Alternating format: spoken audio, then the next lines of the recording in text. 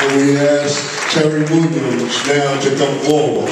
Let us hear it for our honoree of the 2011 Leadership Award, Black Terri. Terri Williams.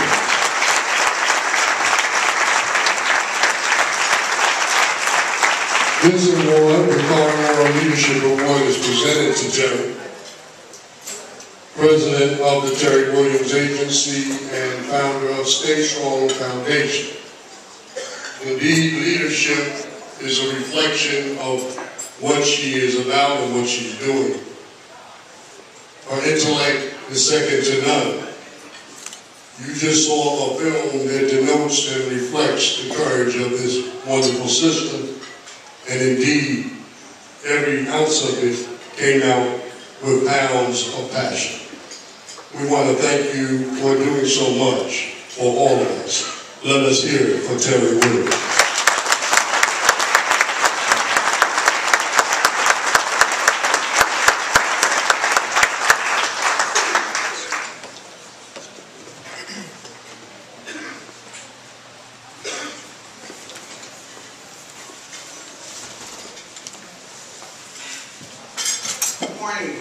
Good morning. I really am overwhelmed to be with all of you today. Don, I thank you for all the work that you're doing on the front line. I came across something the other day that made me think about you. It's a quote from Usman Sembeni. When you know that the life, the strength, and spirit of others depends on your life, your strength, your spirit, you have no right to be afraid, even if you are terribly afraid. So I thought about you when I saw that. And Kari, where's Kari? Oh. I just wanted to say that it was an honor and a blessing for me to meet you, and I accept this award in the spirit of your dad. And I know that you're going to go on and do really extraordinary things in your life. God bless you and your family.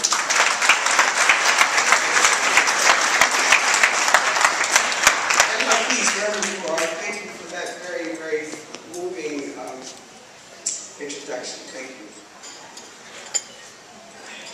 I'm grateful to be standing here before you all today. By the grace of God, I stand before you humble, clothed and in my right mind today. Can't vouch for tomorrow. But I'm a woman on fire, and it's really an unexpected pleasure to be honored for something that we are supposed to be doing.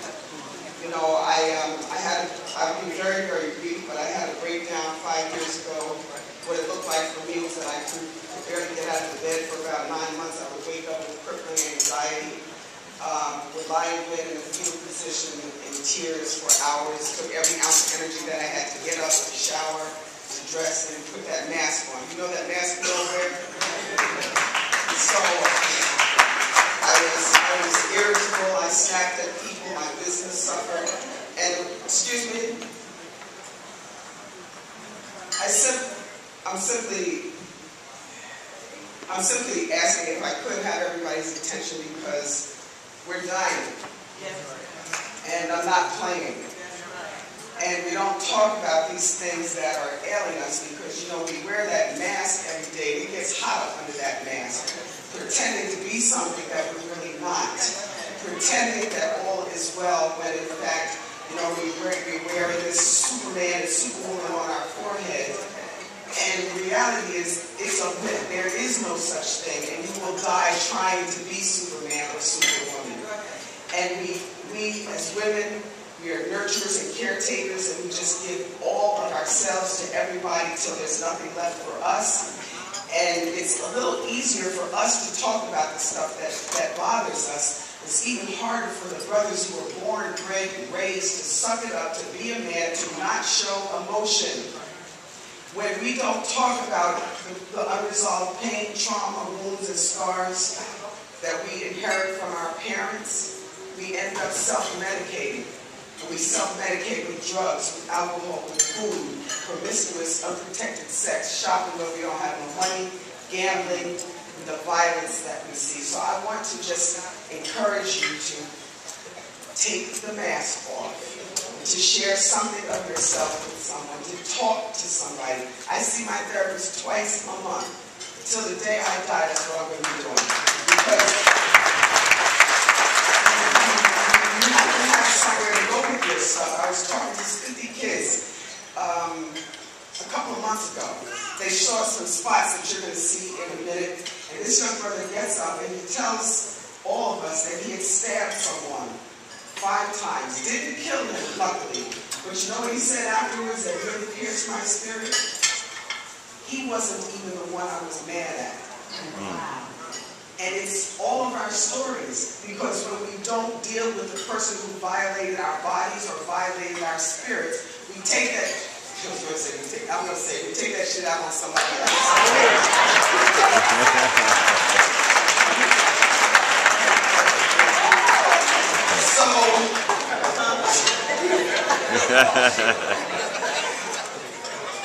So I'm just saying, do what you got to do to get some help. If you have a heart condition, you can go to a professional. So we got to talk about stuff. Companies are losing $80 billion a year because people get up, they go to work, they sit at their desk, and they cannot function. And we're calling them sick all the time. So I just wanted to just say, you know, all of us are walking this very, very fine line, and you never really know what a person's story is. So just consider that I may not know this person's story who came at me in a foul kind of way, but I know that there is a story. And there's nobody on the planet who's born bad, or evil. We're innocent creatures. Something happens to us and we don't have anywhere to go with that. There's a little girl in Brooklyn, 15 years old, who's having trouble going to live with her aunt and her honor student cousin.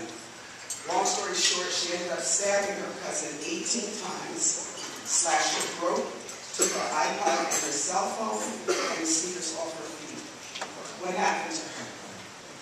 That's the question to ask. Not a bad person, but what happened to her? And she had nowhere to go with that would allow her to have that kind of rage inside.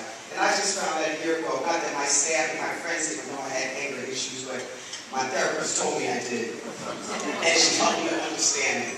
So I just want to leave you with that, to just remember that the healing starts with us sharing our journeys with one another, because none of us is in this alone. We are all in this together. So stay strong. God bless you. And I thank you again for this amazing honor.